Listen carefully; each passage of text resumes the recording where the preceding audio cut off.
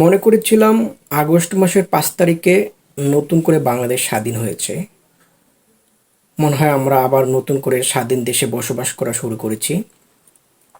কিন্তু এই স্বাধীন দেশে এত কাটাকাটি, এত মারামারি কিসের জন্য? জুলাই মাসে যখন কোটা আন্দোলন নিয়ে ছাত্ররা যখন আন্দোলন শুরু করে, তখন কিন্তু অনেক দিন পর্যন্ত অনেক খুন খারাপি হয়েছে, অনেক ছাত্রছাত্রী মারা গিয়েছে। তারপর যখন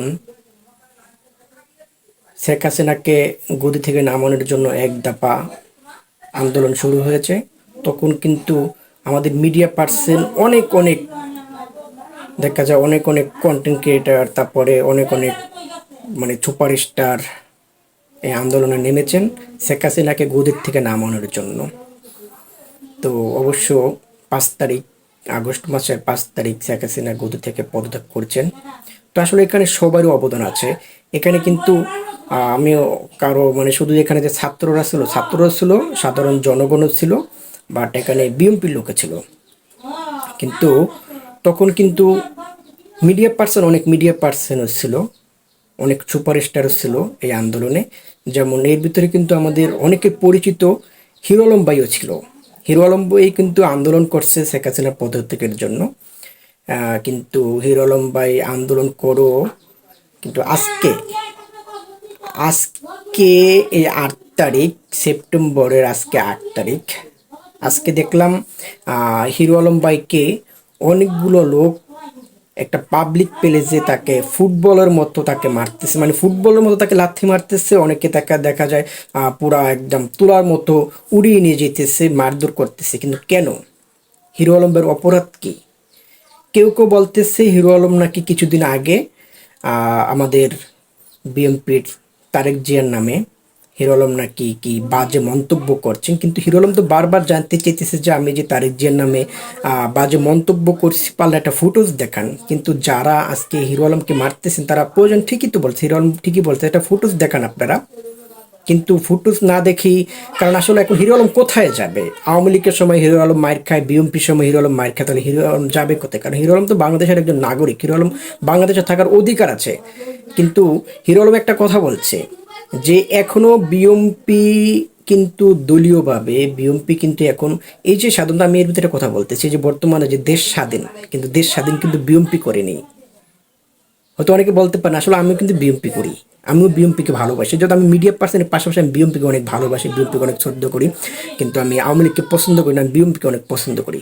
কিন্তু বিএনপি কিন্তু এখনও কিন্তু ক্ষমতায় আসেনি। বিএনপি ক্ষমতায় আসার আগেই যেভাবে কাটাকাটি মারামারি শুরু করছেন, তাহলে কিন্তু আমাদের যে বিএনপির কিন্তু একটা ভাবমূর্তি নষ্ট হইতেছে। এর জন্য আমি বিএনপির যেসব বড় বড় নেতাপাতা আছে, যেসব এমপি মহোদয়কে আছে, সবাইকে বলে দিতে চাইটাই যে আপনারা গুরুজন, আপনাদের যেসব চামচা আছে তাদেরকে বলে দেন যে আসলে ক্ষমতায় আসার আগেই যেন সাধারণ জনগণের উপরে এই চামচারা যে মানে আঘাত না করে।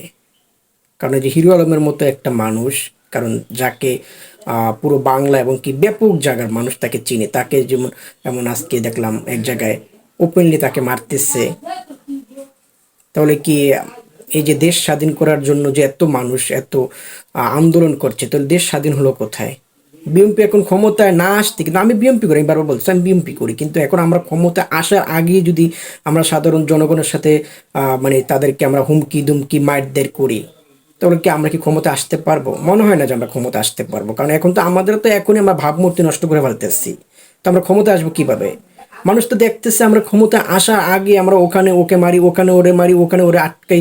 আজকে সাধারণত হিরো আলম নাকি তারেক জিয়ার নামে কি একটা বাজে কথা বলছে। আসলে যদি আপনাদের কাছে প্রমাণ থাকে আপনারা প্রুফ দেখান। প্রুফ দেখানোর আগে বারবার লোকটা বলতেছে প্রুফ দেখান, প্রুফ দেখান, কারণ আপনারা কোনো প্রুফ দেখাইতেছেন না। আপনারা তাকে একদম মানে আপনারা মারতেছেন তাকে। এমনভাবে কি মানুষকে মানুষ মারে নাকি? আবার তাকে মারছেন, তিনি একটা সুপারস্টার। বাট তিনি যাই হোক, কারণ আপনি দেখেন হিরো আলম এমনই একটা লোক, এই যে বর্তমানে দেখেন আমরা সবাই শুনতেছি বাংলাদেশের সব থেকে সুপারস্টার নাকি সাকিব খান। কই সাকিব খান তো কোথাও দেখা যায় না। কোনো যে বন্যা হোক বা কোনো যে জায়গায় মানুষ বিপদে পড়ুক, কই সাকিব খান তো দেখা যায় না। কিন্তু হিরো আলম সাধারণ একটা মানুষ, হিরো আলমকে দেখা যায় সব জায়গায়। বন্যা বন্যাত্ম মানুষের পাশে দাঁড়ায়, অসহায় মানুষের পাশে দাঁড়ায়। কিন্তু হিরো আলম একজন সরল সোজা মানুষ দেখে তাকে আওয়ামী লীগের সময় তিনি মার খাইতেছে, এখন বিএনপি আসেনি তারপরে তিনি মার খাইতেছে কেন? আসলে এর জন্য আমরা কি বলবো, আমাদের জন্য একটা লজ্জার বিষয়, একটা লজ্জার বিষয়।